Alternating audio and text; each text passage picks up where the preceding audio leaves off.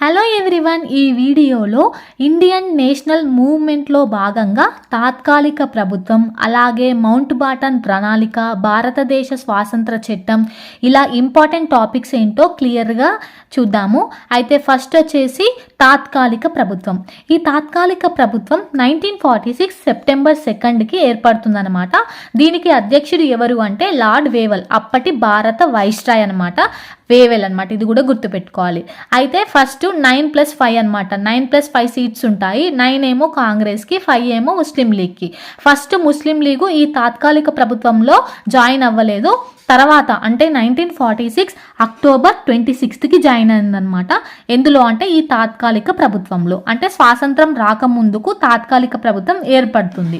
So అందులో భాగంగా 9 members: Nehru, Sardar Vallabhbhai Patel, Baldev Singh, Rajagopalachari, Jagjivan Ram, అలాగే రాజేంద్ర ప్రసాద్, జాన్ మొత్తై, అలాగే అరుణా అసఫ్ అలీ, సిహెచ్ బాబా.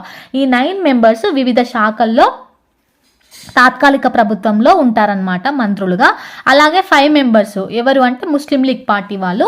ఈ 5 మెంబర్స్ ఎవరు అంటే లియాఖత్ అలీఖాన్, ఐఐ చంద్రీగర్, అబ్దుల్ రబ్ రిప్తర్, అలాగే గజ్నఫర్ అలీఖాన్, జోగేంద్రనాథ్ మండల్ అనమాట.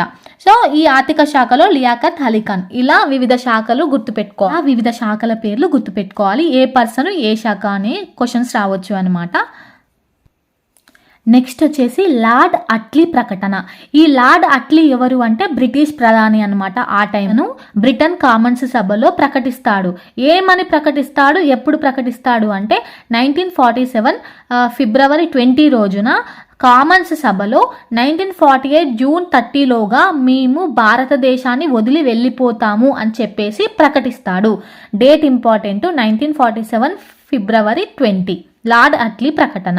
అయితే దాని తర్వాత 1947 మార్చ్ 24కి లార్డ్ మౌంట్ బాటన్ వైస్రాయ్గా నియమించబడతాడనమాట. భారతదేశ వైస్రాయ్గా నియమించబడతాడు. ఎవరు అంటే లార్డ్ మౌంట్ బాటన్. ఎప్పుడు 1947 మార్చ్ 24కి.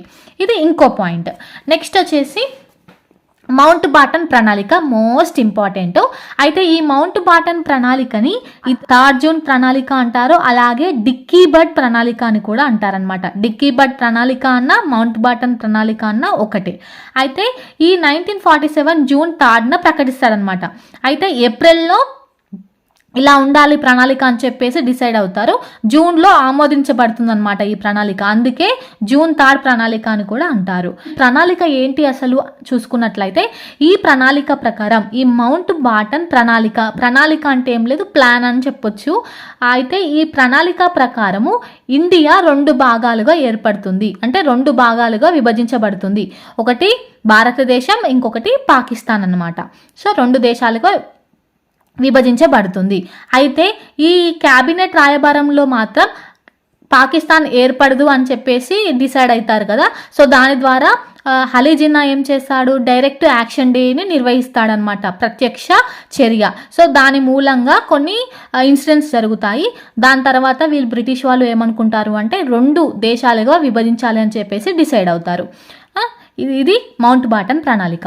నెక్స్ట్ వచ్చేసి స్వదేశీ సంస్థానాలకు స్వయం నిర్ణయాధికారం. అంటే ఏంటి అంటే, స్వయం సంస్థానాలు ఉంటాయి కదా. ఫర్ ఎగ్జాంపుల్ ఇప్పుడు హైదరాబాద్ నిజాం రాజ్యంలో ఎవరు పరిపాలిస్తుండే ఆ టైంలో అంటే మీర్ ఉస్మాన్ అలీ ఖాన్.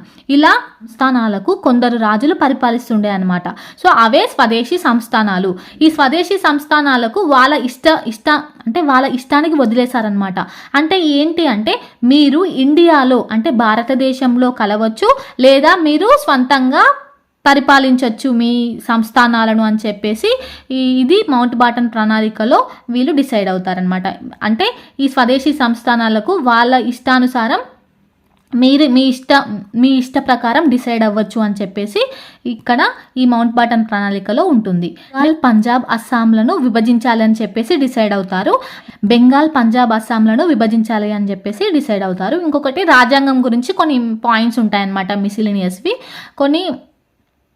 కొన్ని పాయింట్స్ ఉంటాయి రాజ్యాంగం గురించి, రాజ్యాంగ సమితి గురించి. ఒక మెయిన్గా ఎగ్జామ్ పాయింట్ ఆఫ్ వ్యూలో ఇండియా 2 భాగాలుగా విభజించబడుతుందని చెప్పేసి ఏ ప్రణాళిక ప్రకారం అంటే మౌంట్ బాటన్ ప్రణాళిక. స్వదేశీ సంస్థానాలకు స్వయం నిర్ణయాధికారం అని చెప్పేసి ఏ ఏ ప్రణాళిక ద్వారా నిర్ణయించారు అంటే మౌంట్ బాటన్ ప్రణాళిక. ఇంపార్టెంట్. ఇక్కడ మెయిన్ పాయింట్ ఏంటి అంటే ఈ ప్రణాళికని రూపొందించింది ఎవరు అంటే, ఇది తయారు చేసింది ఎవరు అంటే విపి మీనన్ అనమాట. ఈ విపి మీనన్ తయారు చేశాడు. ఎవరి సమక్షంలో అంటే మౌంట్ బాటన్ సమక్షంలో ఇది తయారు చేశాడు. ఇది ఇంకో పాయింట్. భారత స్వాతంత్ర బిల్లు. అయితే ఈ భారత స్వాతంత్ర బిల్లు ఎప్పుడైతే మౌంట్ బాటన్ ప్రణాళికని ఆమోదించారో అదే రోజు అంటే 1947 జూన్ 3కి బ్రిటిష్ పార్లమెంట్లో ప్రవేశపెట్టారనమాట. భారత స్వాతంత్ర బిల్లు అంటే భారతదేశానికి స్వాతంత్రం ఇవ్వబోతున్నామని చెప్పేసి బిల్లు ఇంట్రడ్యూస్ చేస్తారు. ఎప్పుడు అంటే 1947 జూన్ 3కి. అయితే ఇది ఆమోదించబడుతుంది అంటే ఈ బిల్లుని ఆమోదిస్తేనే కదా చట్టం అవుతుంది. అది ఎప్పుడు అంటే 1947 జూలై 18. ఎవరు ఆమోదించారు అంటే బ్రిటిష్ చక్రవర్తి 6వ జార్జ్ అనమాట. ఈ జార్జ్ ఆమోదిస్తాడు అనమాట. దీని ద్వారా ఇది చట్టం అవుతుంది. భారత స్వాతంత్ర చట్టం అవుతుంది. ఎప్పుడు అంటే 1947 జూలై 18కి. Date important. 14th 1947 పాకిస్తాన్కి ఇండిపెండెన్స్ ఇస్తారనమాట. ఆగస్టు 15కి 1947కి ఇండియాకి ఇండిపెండెన్స్ వస్తుంది. ఇవి మనకు తెలిసింది. నెక్స్ట్ వచ్చేసి సరిహద్దు విభజనకి అంటే భారత సరిహద్దు విభజనకి సరిహద్దు కమిషన్ ఒకటి నియమించాలి అని చెప్పేసి కూడా వీళ్ళు డిసైడ్ అయ్యారు.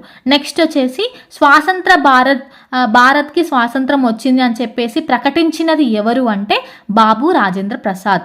ఇక్కడ మెయిన్ పాయింట్ ఏంటి అంటే ఇలా పాకిస్తాన్ని ఇండియాని విభజించడం గాంధీ గారికి అలాగే కలాం ఆజాద్ గారికి నచ్చలేదు అనమాట.